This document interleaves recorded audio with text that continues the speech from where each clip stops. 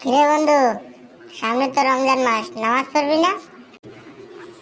হরে মামা পড়ুম। তুই তো পড়বি না? আচ্ছা মামা, এই মাসে কোনো খারাপ কথাবার্তা বা অন্য কিছু করা যাইব না, কারণ সামনে তো রমজান মাস। নামাজ কালাম রোজা এগুলো পালন করা লাগবে, আল্লাহর কাছে মাফ করা লাগবে। তুই যতগুলো ভুল কাজ করছো হালার সেগুলো তো মাফ করানো লাগবে। কি কস? হরে মামা, সামনে রমজান মাস, নামাজ কালাম পড়বো, ওইটা ভালো হয়ে যাবো। বেটা এই মাসে কোনো গার্লফ্রেন্ডের লগে কথা কবি না, নাইলে বেটা তোর অবস্থা খারাপ করে দেবো। এই মাসে নামাজ পড়বো, তারাবি পড়বো আর রোজা রাখবো ইনশাল্লাহ। ঠিক কইছিস মামা। তা কি ওর অবস্থা? তোর যে গার্লফ্রেন্ড নাকি শুনলাম পালাই গেছে। আরে বেটা গেছে তা কি হয়েছে? আমার স্টোরেজে 3টা আছে, একটা গেলে আর 2টা চলবো। মামা এটা কথা কইলি তুই? তোর স্টোরেজে 3টা আছে, তারপর আমি সিঙ্গেল কেমনে রে ভাই? তোর তো জুতা পিটা করা দরকার। আরে বেটা স্টোরেজে রাখতে হয়, মেয়ে মানুষের বিশ্বাস করবি না কখনো। এরা যতই তোর কাছে থাক, এরা কিন্তু একদিন বাস মেরে যাবো, তাই আমি স্টোরেজে 3টা রেখে দিছি। ভাই তুই একটা মাল রে ভাই, একটা মাল।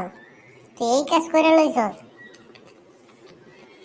ঠিক আছে, তোর শাড়ি টলি থাকলে আমার দিস।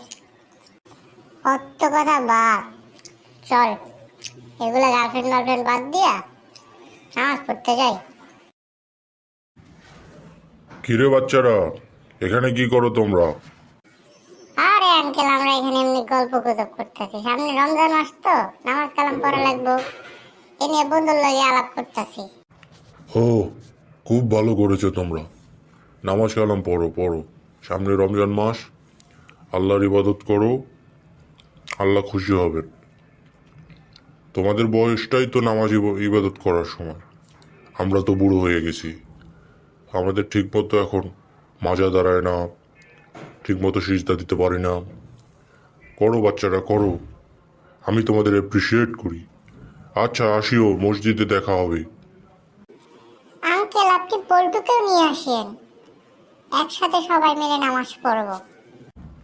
ঠিক আছে বাবারা, আমি অবশ্যই তাকে নিয়ে আসবো। ঠিক আছে আঙ্কেল, তাহলে আমরা এখন যাই। আল্লাহ হাফেজ।